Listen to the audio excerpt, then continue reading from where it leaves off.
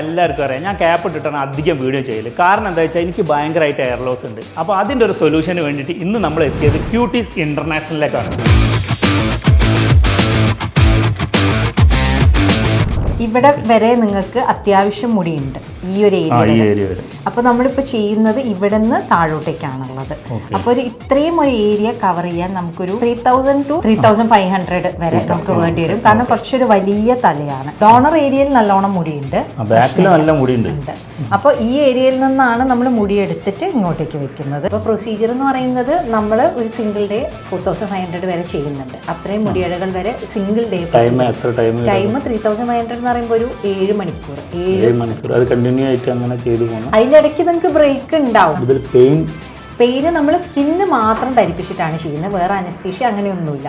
അപ്പോൾ സ്റ്റാർട്ടിങ്ങിൽ ജസ്റ്റ് ആ 1-2 ഇഞ്ച് നമ്മൾ ഇൻസുലിൻ സിറിഞ്ച് വെച്ചിട്ടാണ് ധരിപ്പിക്കുന്നത്. അത്രയും ചെറിയ സൂചിയാണ്.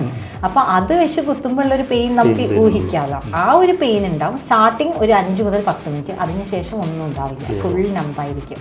പിന്നീട് ഇത് നമ്മൾ ചെയ്ത് കഴിഞ്ഞിട്ട് അന്ന് ഈവനിങ്ങിൽ തന്നെ വീട്ടിൽ പോവാം. പിന്നെ 7 ദിവസമാണ് നമ്മൾ ശ്രദ്ധിക്കേണ്ടത് നല്ലപോലെ.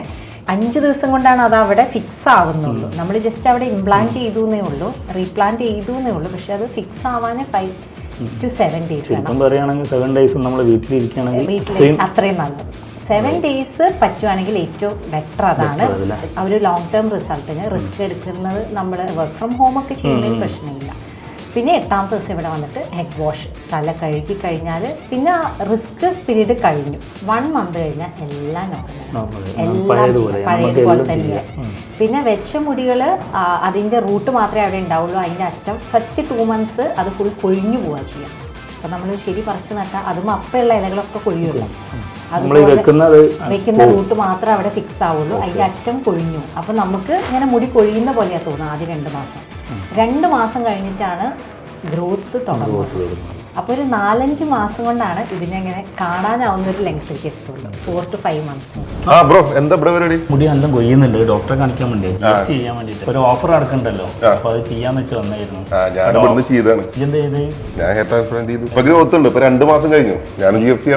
ഞാൻ ഡോക്ടറെ കണ്ടപ്പോൾ ഡോക്ടർ പറഞ്ഞു ഇൻഡോൺ ട്രാൻസ്പ്ലാന്റ് വേണമെന്നുള്ളത്. എന്തായാലും ചെയ്തോ, കാരണം എന്താ നല്ല മെച്ചാണ്, ഗ്രോത്ത് ഉണ്ട് നല്ലോണം. കുറെ ആൾക്കാർ ചെയ്തു. പിന്നെ ഇതൊക്കെ ചെയ്യുന്നുണ്ട്, നമുക്ക് ധൈര്യമായിട്ട് ചെയ്യാലോ, ഒന്നും പേടിക്കാനില്ലല്ലോ.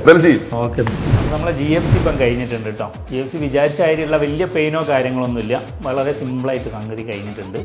പക്ഷേ നമ്മളിപ്പോൾ ഉള്ള ഹെയറിന് വേണ്ടിയിട്ട് ഒരു ബൂസ്റ്റിംഗ് ആണ് ഇപ്പോൾ കൊടുത്തത്.